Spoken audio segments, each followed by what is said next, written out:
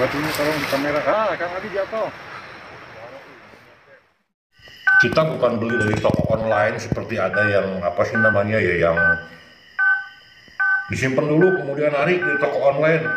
Itu kalaupun dicek, ininya pasti akan normal. Sementara yang kita dapat di sini bisa diperhatiin seberapa tinggi sih. Nah, di sini bisa kelihatan kan gelombang elektromagnetik yang ada di benda ini 129 ya. Ini lebih tinggi lagi 164. Bagian berbeda dengan tujuan beli dari online, disimpan kemudian pura-pura narik, kemudian buka pengobatan. Itu konyol namanya. Justru yang kita cari di sini adalah gimana sih sejarahnya. Jadi untuk teman-teman yang punya anggapan kita simpan dulu benda ini, kalianlah yang konyol. Karena apa? Kita datang ke tempat ini selalu dadakan, dan kita selalu didampingi oleh masyarakat setempat. Kita tidak datang sendiri. Karena apa? Ada etika di mana ketika datang ke situ nanti disangka maling, kita dibawa ke balai desa. Nah, itu yang kita jaga.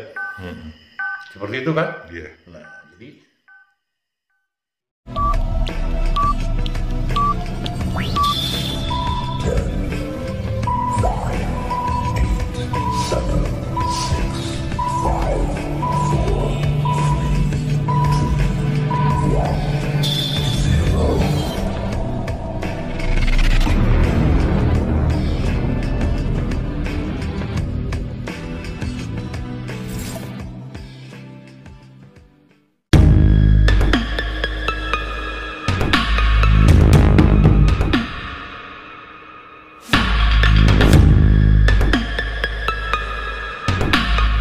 Assalamualaikum warahmatullahi wabarakatuh.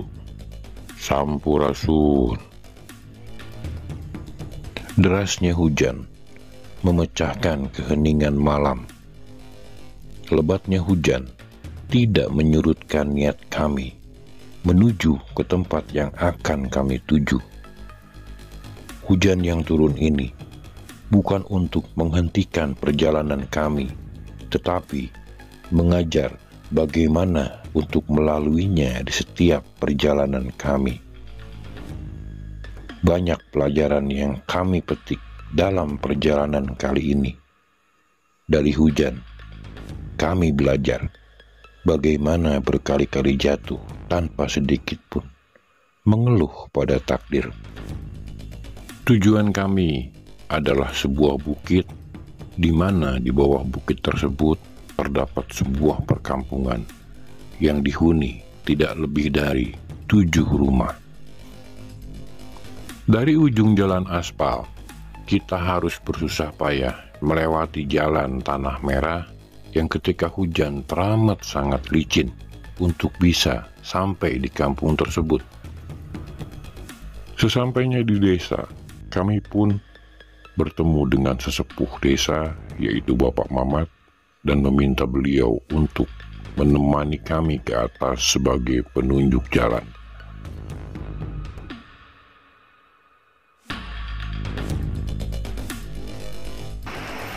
Wah, tinggal diobna mulus gitu.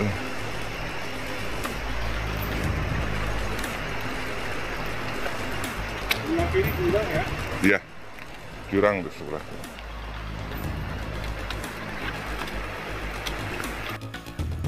Ini adalah pertama kali kami menginjakan kaki di tempat ini. Dan ini adalah pertama kali kami bertemu dengan sesepuh, yaitu Bapak Mamat. Lokasi yang akan kami tuju ternyata cukup jauh dari pemukiman warga, di mana kami harus menyusuri jalan setapak. Sebelah kiri jurang dan sebelah kanan adalah tebing. Setelah sampai di ujung, kami harus membuat jalan sendiri untuk bisa sampai di tempat yang akan kami tuju. Lokasi yang akan kami tuju saat ini adalah Batu Korsi yang berada di tengah-tengah hutan di puncak bukit.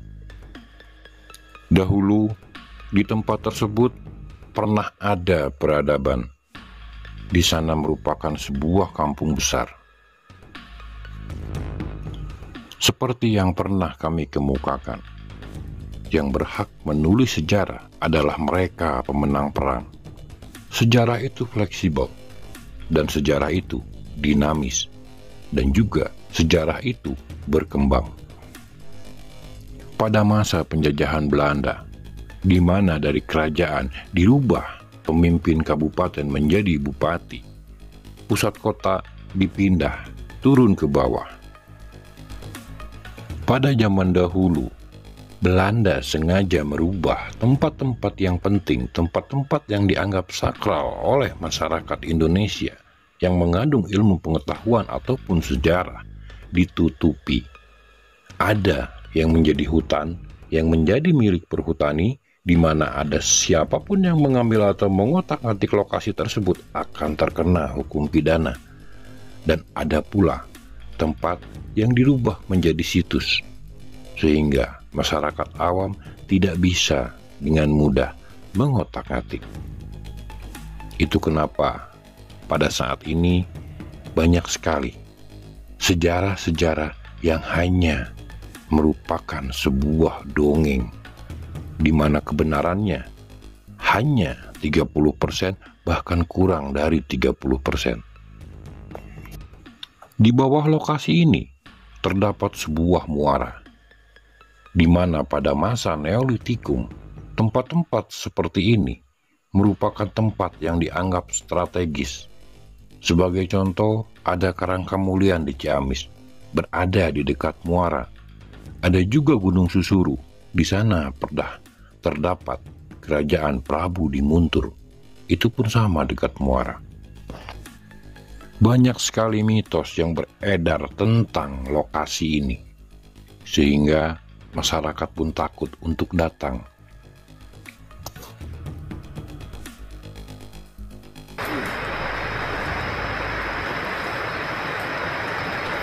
Batunya tolong kamera. Kang Adi jatuh. Menurut Pak Mamat, pernah dahulu banyak orang datang ke lokasi ini. Bukan untuk mencari jawaban, bukan untuk berekreasi, tetapi mereka mempunyai tujuan khusus, yaitu untuk meminta nomor. Inilah kadang-kadang di kita. Masih banyak orang yang belum mampu untuk menyelaraskan tritangtu diri, yaitu nurani, nalar, dan naluri. Di sini terlihat jelas mulai banyak batuan-batuan yang sebagian besar batuan tersebut terkubur. Kami pun mulai memeriksa satu persatu batuan yang ada. Sini ya batu kursi. Memang seperti kursi bentuknya.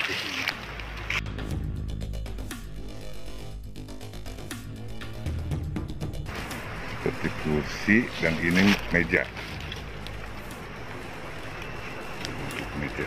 Mirip meja ya. Iya, mirip meja. Dan sidang dulu. Bapak ditanya bapak siapa, minta tolong kira-kira ini apa. Mungkin bapak kan lebih tahu, bisa nggak?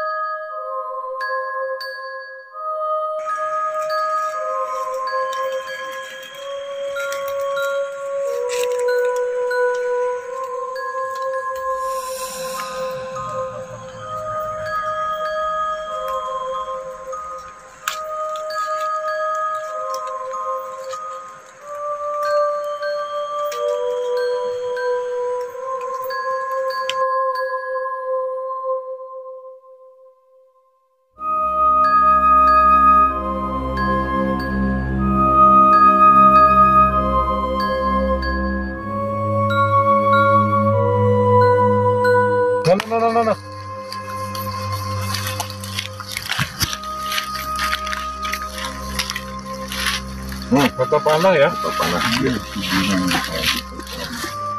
Dia kering. Mata panah udah tua banget ya. Iya. Ini bahan meteorit.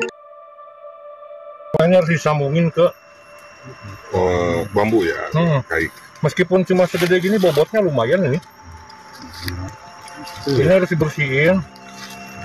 Cuma setahu saya mata tombak 4 apa memang ada yang 2 seperti ini ya? Ini matanya kan 2. Batu-batu yang berada di lokasi ini hampir keseluruhan pernah ada sentuhan dari manusia. Batuan-batuan tersebut lebih banyak dari zaman Neolitikum. Pada zaman Neolitikum ini, batuan-batuan sudah mengalami ukiran-ukiran halus meskipun teramat sangat sederhana. Setelah olah rasa dan olah pikir di lokasi ini, ternyata di sini pernah ada peradaban dimulai dari zaman Neolitikum.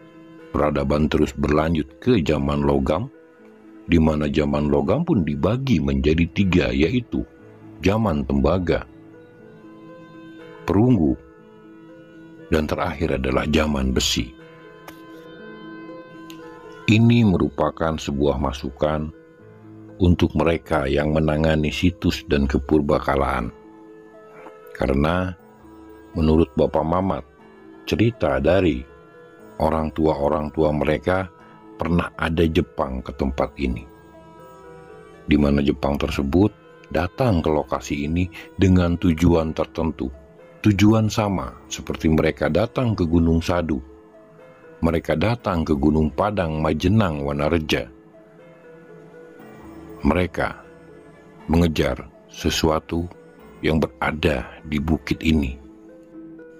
Setelah kami lihat ke sekeliling dan kami mencoba untuk menyambungkan, sayang keadaan batu tersebut tidak bisa utuh menjadi sebuah lingkaran.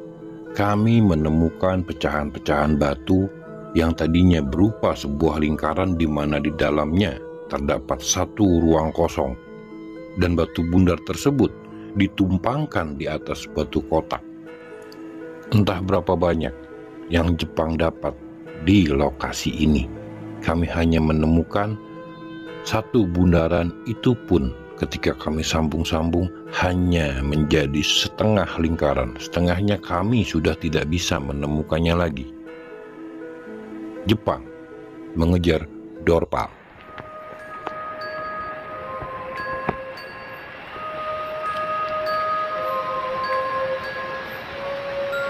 Tolong perhatiin batu ini ya, kayu ini.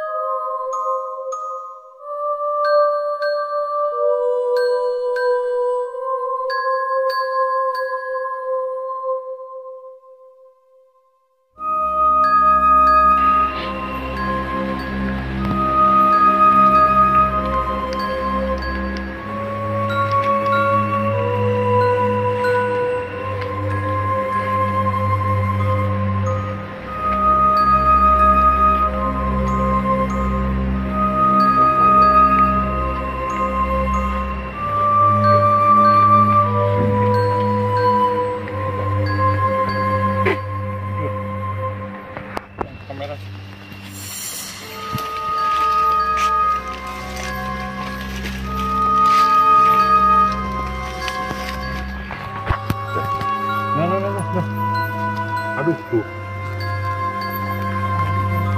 Nih. Dari sini kameranya nih.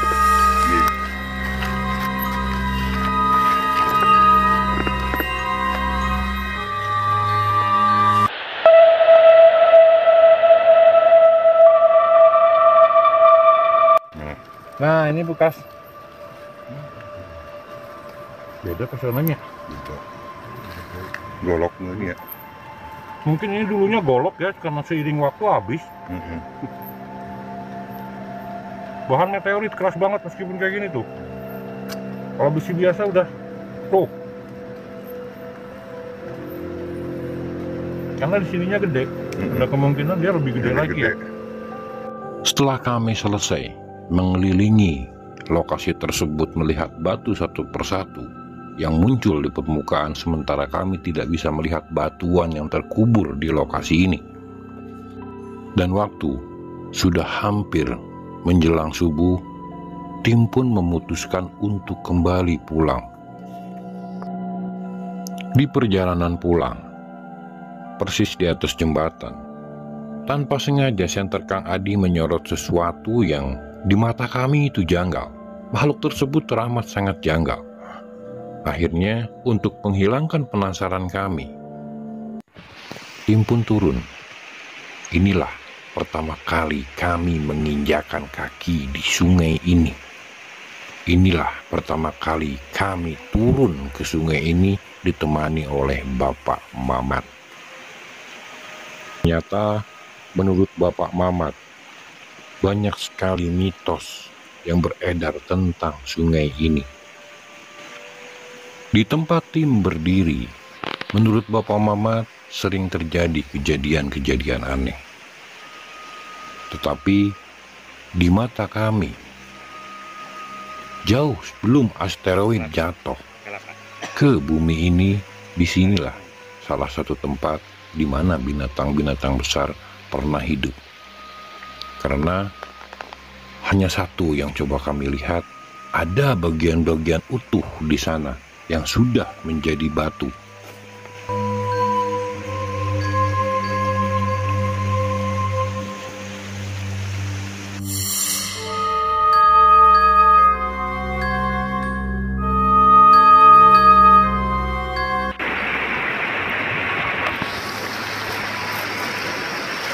Wih.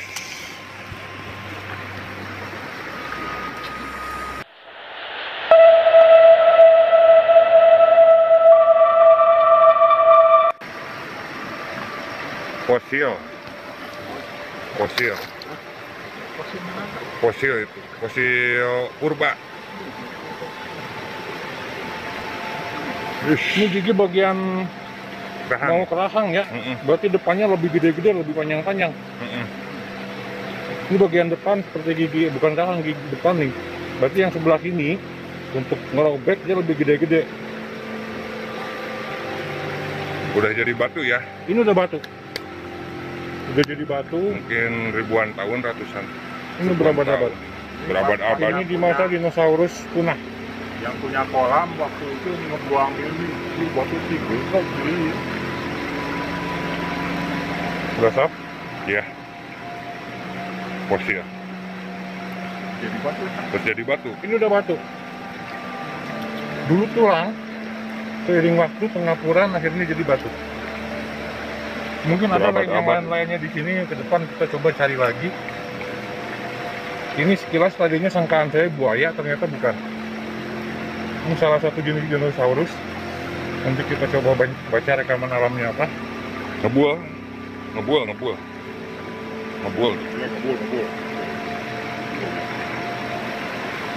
Oke, salah satu koleksi kita coba untuk simpan. Ada apa sebenarnya? Ini batu. Mau dibikin batu akik nggak apa-apa. Nggak apa-apa. Mau buat kongkorong. Tuh. Terbuat dari meteorit hampir keseluruhan. Ini udah berupa fosil, dimana dicek pakai ini karena batu normal ya. Biasanya mengandung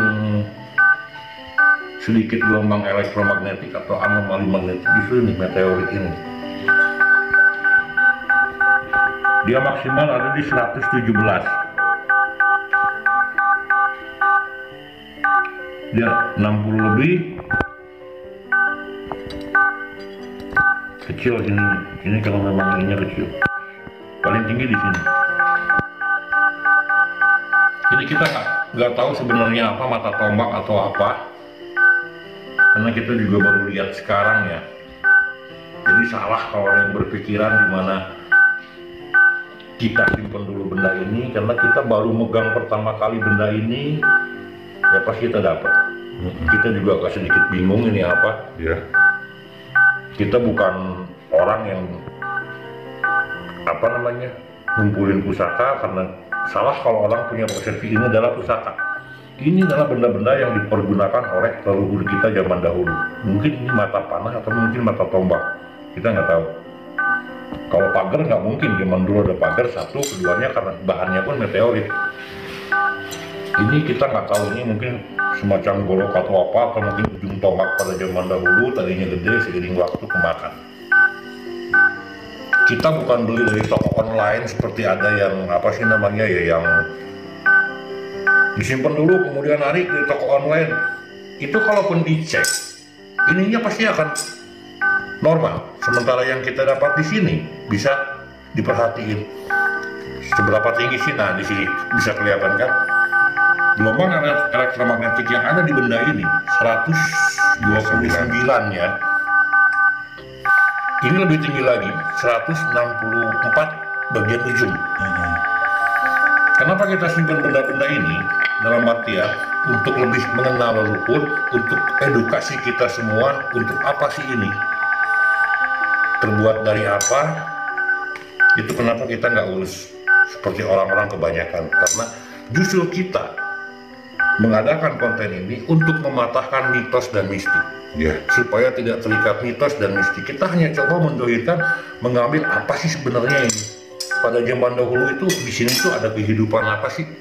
Ada peradaban seperti apa sih? Itu